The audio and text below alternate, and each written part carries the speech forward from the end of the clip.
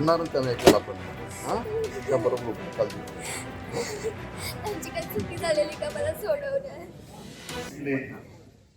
कार्यकर्ते कोण साहेब बोलतोय, कोण सेठ बोलतोय. 20 वर्ष मंगेश माझ्या बरोबर, त्याशिवाय कधी बोललो नाही हो. त्याशिवाय कधी बोललो नाही. असा माझा सहकारी क्रूरपणे त्याची हत्या करण्यात आली.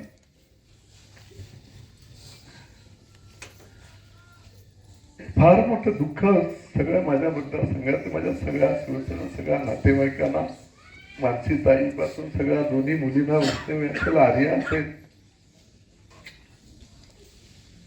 सामाजिक सेवा पारावारा नाही हो. मग कुठे कमी पडलो आम्ही की एवढी सगळी सेवा करून या नराधमाने अशा पद्धतीने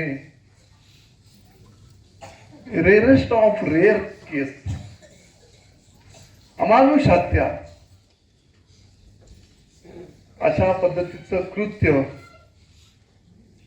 एक प्लॅनिंग करून एका शिवसैनिकाची, सर्वसामान्यांची सेवा करणाऱ्या मंगेशची, अप्पाची त्या ठिकाणी करण्यात आली. काय वाहणार तर आम्ही सत्याने, परंतु जे योगदान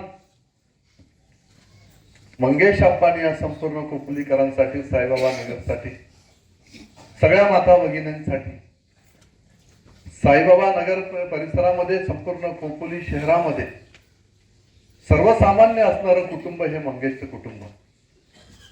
मंगेश काही व्यापाऱ्यांच्या घरी जाऊन बसत नव्हता. मंगेश सर्वसामान्य लोक, गरिबांचा दाता होता. आपल्या खिशात असणारा रुपया, तो रुपयाच्या रुपया समोरच्याच्या असणारी गरज भागवण्यासाठी, आपलं परिवार, आपलं घर त्याचा तुम्ही सगळ्यांनी पाहिलं. आहे त्या परिस्थितीमध्ये आपलं आयुष्य जगायचं, परंतु समाजाला आपण देणं दिलेलं आहे, समाजाला आपण वाहून दिलेलं आहे. आणि अशा पद्धतीने या साईबाबा नगरमध्ये कर्जत मधून येणारा हा माझा नातेवाईक असणारा, जिवलग सहकारी असणारा, मित्र असणारा, भाऊ असणारा हा माझा सहकारी, संपूर्ण आयुष्य, जसं दोन्ही मुलींनी आणि मानसी ताईंनी सांगितलं, घरात सुद्धा वेळ देत नव्हता. दारूचं थेंब कधी त्यांनी पासन केलेलं नाही, व्यसन त्याला कधी माहिती नाही. फक्त आणि फक्त जनसेवा, जनमानसांची सेवा करणं हीच ईश्वरी सेवा समजून मंगेशने आतापर्यंत या परिसरामध्ये, साईबाबा नगरमध्ये, साईबाबाचं मंदिर असेल, तिथला भंडारा असेल, तिथलं गणपतीची मिरवणूक असेल, दादा तू यायला पाहिजे, तू आल्याशिवाय मिरवणूक निघणार नाही. प्रत्येक वेळेला त्याला लागणारी मदत, एक माझा अतिशय जवळचा सहकारी, मी या मतदारसंघाचा आमदार असताना, सरकार असताना, आज माझ्या सहकार्याची अशा पद्धतीने निर्घृणपणे हत्या करण्यात त्या ठिकाणी आलेली आहे. आमचं दुर्दैव आहे म्हणावं लागेल. आम्हीच त्या ठिकाणी कमी पडलो असं म्हणावं लागेल. सगळ्या गोष्टीची ताकद, शक्ती आमच्या बरोबर असताना सुद्धा मंगेशचा साधेपणा आज मृत्यूला कवाटणी घालू शकत. हेच जर त्याला त्या गोष्टीची कल्पना आली असती तर कदाचित अलर्ट राहिला असता. हे नराधम अशा क्रूरतेने उतरलेले आहेत, हे लक्षात जरी थोडस आलं असतं तरी माझा मंगेश सावध राहिला असता. अतिशय गरिबांचा दाता म्हणून त्याच्याकडे पाहिलं जातं.